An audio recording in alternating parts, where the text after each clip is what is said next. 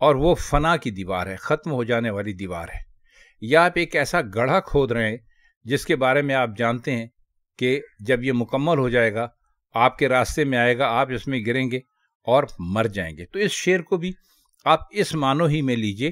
غالب یہی فرمانے کی کوشش اس شعر میں کر رہے ہیں، اور ہمیں یا اپنے پڑھنے والوں کو یہی بتانے کی کوشش کر رہے ہیں کہ آپ کبھی بھی ایسا کوئی کام نہ کریں جس سے دھیرے دھیرے آپ کی ذات کو نقصان پہنچتا ہو۔ خواتین و حضرات، اگر آپ معنی کرنے بیٹھیں تو اس شعر کے بہت سارے معنی لے سکتے ہیں۔ اس کو چاہیں تو آپ عشق کی طرف لے جائیں، جو دنیا کا پیار ہوتا ہے اس کی طرف لے جائیں کہ محبوب کو پانے کی کوشش میں رفتہ رفتہ خود کو گھلا لینا، ختم کر دینا اور پھر مر جانا۔ اور اس کی مثال انہوں نے یہی دی ہے کہ آپ ایک ایسی دیوار بنا رہے ہیں جو بالآخر آپ کو مار جائے گی، اور آپ اس میں ایک ایک کر کے اینٹ لگا رہے ہیں۔ تو غزل میں یعنی اس شعر میں کوئی خاص بہت زیادہ مشکل معنی نہیں ہے، وہ صرف آپ کو بتانے کی کوشش یہ کر رہے ہیں کہ آپ جہاں تک ہو سکے کسی بھی قسم کا غم ہو یا پریشانیاں ہوں ان کو اپنے دل میں نہ پالیں، کیونکہ یہ انسان کو ایک دن ختم کر دیتی ہیں۔ اب اس کا ہے آخری شعر۔ حیرت اندوزی ارباب حقیقت مت پوچھ، حیرت اندوزی ارباب حقیقت مت پوچھ، جلوہ ایک روز تو آئینہ نما ہو جاتا۔ حیرت اندوزی کا مطلب ہوتا ہے بہت زیادہ ہر وقت حیرت میں رہنا۔ ارباب کہتے ہیں لوگوں کو، ارباب حقیقت وہ لوگ جو حقیقت کو جانتے ہیں، سچ کو سمجھتے ہیں۔ جلوہ دیدار کو کہتے ہیں، دیکھنے کو کہتے ہیں۔ آئینہ نما کا مطلب ہوتا ہے آئینے کی طرح سامنے آ جانا۔ شعر کا مطلب کچھ ایسے ہو سکتا ہے کہ حقیقت شناس لوگ حیرت پر حیرت جمع کرتے چلے جا رہے ہیں، یعنی ان پر برابر حیرت کی کیفیت یا حیرت کی حالت رہتی ہے کہ کاش محبوب کا جلوہ کسی نہ کسی دن انہیں آئینہ دکھا دیتا۔ مطلب یہ ہے کہ جب تک محبوب کا جلوہ نظر نہ آئے وہ حیرت ہی میں رہیں گے۔ اب اس شعر کا کیا مطلب ہو سکتا ہے؟ اس کا مطلب یہ ہے کہ محبوب ابھی دکھائی نہیں دیا، محبوب ابھی چھپا ہوا ہے، محبوب ابھی سامنے آیا نہیں۔ ایک بات ذہن میں رکھیے کہ یہ شعر ایک عام لڑکے لڑکی یا عورت مرد کی محبت والا نہیں ہے، یہ عشق حقیقی کا شعر ہے۔ ہم آپ کو کئی مرتبہ بتلا چکے ہیں، وہ دوست جن کی زبان اردو نہیں ہے، ہندی ہے، وہ کم سمجھتے ہیں، تو ہم آپ کو ایک مرتبہ پھر بتا دیں کہ شاعری میں دو قسم کے عشق ہوتے ہیں جن پر بات کی جاتی ہے۔ ایک عشق حقیقی ہوتا ہے جو اللہ کے لیے، رب کے لیے، اوپر والے کے لیے ہوتا ہے، اور ایک عشق مجازی ہوتا ہے جس میں انسان انسانوں سے محبت کرتے ہیں، یعنی ایک مرد اور ایک عورت کی محبت سمجھ لیجئے، ایک لڑکے لڑکی کے بیچ ہونے والا پیار سمجھ لیجئے، ایسے کچھ، تو اس کو کہتے ہیں مجازی۔ لیکن جو اللہ سے یا رب سے پیار کیا جاتا ہے اس کو حقیقی کہتے ہیں۔ تو غالب یہ فرماتے ہیں کہ جو لوگ حقیقت کو جانتے ہیں، سچ کو جانتے ہیں، وہ ہمیشہ اپنے دل میں ایک حیرت کا عالم رکھتے ہیں۔ حیرت کا عالم کیسے رکھتے ہیں کہ ان کو کچھ علم نہیں ہے، وہ جب بھی ایک کوئی جلوہ دیکھتے ہیں قدرت کا تو ان پر ایک حیرت طاری ہو جاتی ہے کہ کاش ہمیں پتہ چل جائے بنانے والا کس شکل و صورت کا ہے، اس نے اس کو کیسے بنایا ہے۔ تو مطلب ان کا یہ ہے کہ جب تک کہ محبوب کا جلوہ انہیں نظر نہیں آ جائے گا وہ حیرت ہی میں رہیں گے۔ مطلب ان کی حیرت ختم کرنے کا صرف طریقہ یہ ہے کہ ان کو محبوب کا دیدار کروا دیا جائے۔ اب اگر آپ چاہیں تو اس شعر کو حقیقی سے ہٹا کر مجازی کی طرف لے جائیں، ہمیں کوئی اعتراض نہیں ہے، اس میں بھی معنی کچھ نہ کچھ نکل آئیں گے۔ ہم آپ کی خدمت میں وہ معنی بھی اس وقت پیش کر سکتے ہیں، لیکن ہم اس کی ضرورت محسوس نہیں کرتے کیونکہ ہمارے خیال میں یہ شعر مرزا غالب نے صرف عشق حقیقی کے لیے کہا ہے۔ یہ غزل اب ختم ہو گئی، لیکن اب ہم آپ سے ایک اور ضروری بات کرنا چاہتے ہیں۔ مرزا غالب کے کلام ہم تقریباً سارے کا سارا آپ کی خدمت میں یہاں پر پیش کر چکے ہیں۔ اب چند ہی غزلیں باقی رہ گئی ہیں، تو غالب کے سلسلے میں ہماری آپ کی یہ ملاقاتیں ختم ہونے والی ہیں۔ انشاءاللہ تعالی سفر جاری رہے گا، آپ سے مرزا غالب کی اگلی غزل کے ساتھ پھر ملاقات ہوگی۔ تب تک کے لیے ہم چاہتے ہیں آپ سے اجازت۔ خدا حافظ۔